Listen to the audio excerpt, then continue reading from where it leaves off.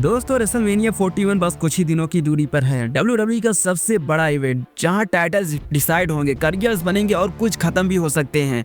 लेकिन इस इवेंट से पहले कुछ ऐसी स्टोरी सामने आई हैं जो WWE के अंदर की पॉलिटिक्स, प्लानिंग और ड्रामा को एक्सपोज करती हैं।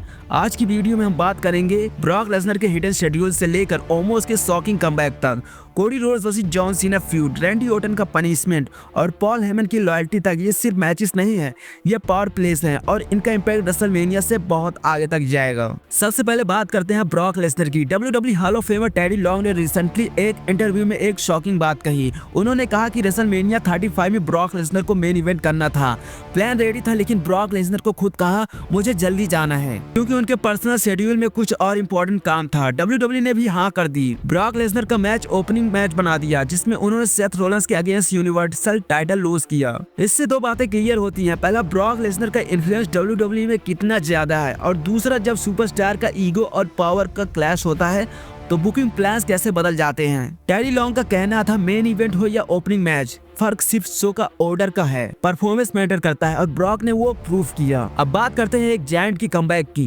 WWE के सबसे टावरिंग सुपरस्टार ओमोस रेसलमेनिया के गो होम एपिसोड में स्मैकडाउन में रिटर्न कर सकते हैं। लास्ट टाइम जब ओमोस ने WWE टीवी पे दिखे थे वो अप्रैल 5, 2024 था। Andre the giant memorial battle royal में कंप्लीट किया था लेकिन जीत नहीं पाए। अब ऑलमोस्ट 378 दिन बाद उनका रिटर्न हो सकता है और इस बार सिर्फ रिटर्न नहीं बल्कि जीत के साथ वापस आने का फुल प्लान है। Andre the giant memorial battle royal में जिनका सीधा मतलब होता है स्पॉटलाइट, मोमेंटम और ओमोस जैसे सुपरस्टार के लिए एक परफेक्ट स्टेज अपने कैरेक्टर को रिबिल्ड करने के लिए है। अगला नाम है लुडविग काइजर, WWE के एक अंडररेटेड रेसलर जो सडनली स्पॉटलाइट में आ गया लेकिन मैच की वजह से नहीं। शॉलेट फ्लेयर और टिफनी स्टॉर्टन के बीच एक प्रोमो चली स्मैकडाउन पर जहां दोनों ने पर्सनल जैब्स लिया। स्टॉर्टन ने शॉलेट के मल्टीपल डिवोर्स के मेंशन किया और शॉलेट ने लुडविग काइजर के डीएमएस का नाम लिया। ये स्क्रिप्टेड नहीं था। अब लुडविग काइजर ने इंस्टाग्राम पर फोटो डालकर पूछा how can you hate this face. इससे ये क्लियर है कि WWE का वुमेन्स डिवीजन का ड्रामा अब मेंस डिवीजन तक आ गया है। ये स्टोरी लाइन आगे क्या शेप लेता है देखना इंटरेस्टिंग होगा। कोडी रोड्स और जॉन सीना के बीच फ्यूड रेसलमेनिया का बिगेस्ट मेन इवेंट बन गया है।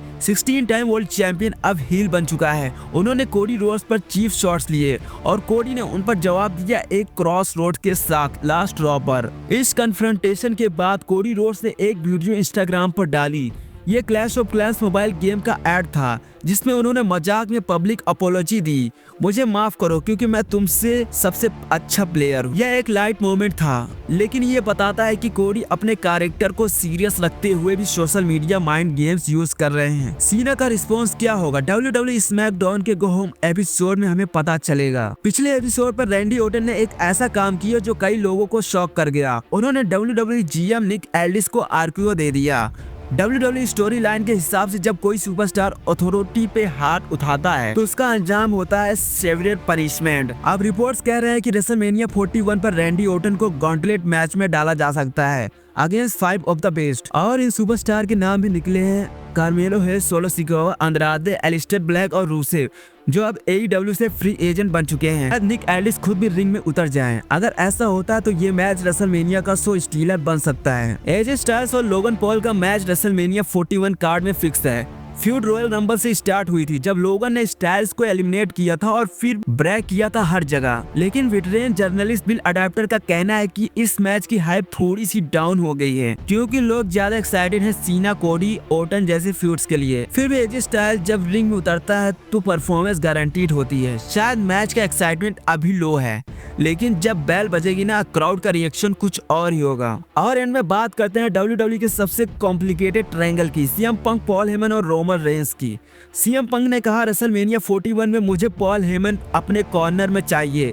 उसके बाद रेंस ने पंक को गो टू स्लिप दिया। ये सब के सामने हुआ और हेमस बस देखता रहा। अब हेमन ने ट्विटर पर एक बैक स्टेज फोटो डाली जहां वो और रोमन रेंस वॉक से पहले एक दूसरे के साथ हैं। क्या पॉल हेमन पंक के साथ चलेगा या फिर ट्राइबल चीफ के साथ देंगे? यह लॉयल्टी का फाइनल टेस्ट होगा और इसका जवाब रेसलमेनिया 41 रिंग में मिलेगा। तो दोस्तों रेसलमेनिया 41 सिर्फ एक इवेंट नहीं है, ये एक बैटल फील्ड है जहां ईगोस टकरा रहे हैं, लॉयल्टी टेस्ट हो रही है और पावर डायनेमिक्स बदल रही हैं। अगर आपको ये वीडियो पसंद आए तो लाइक करो, शेयर करो, कमेंट में बताओ आपका फेवरेट मैच रेसलमेनिया 41 का कौन सा है। और हाँ, सब्सक्राइब करना मत भूलना क्योंकि ये तो सिर्फ शुरुआत है।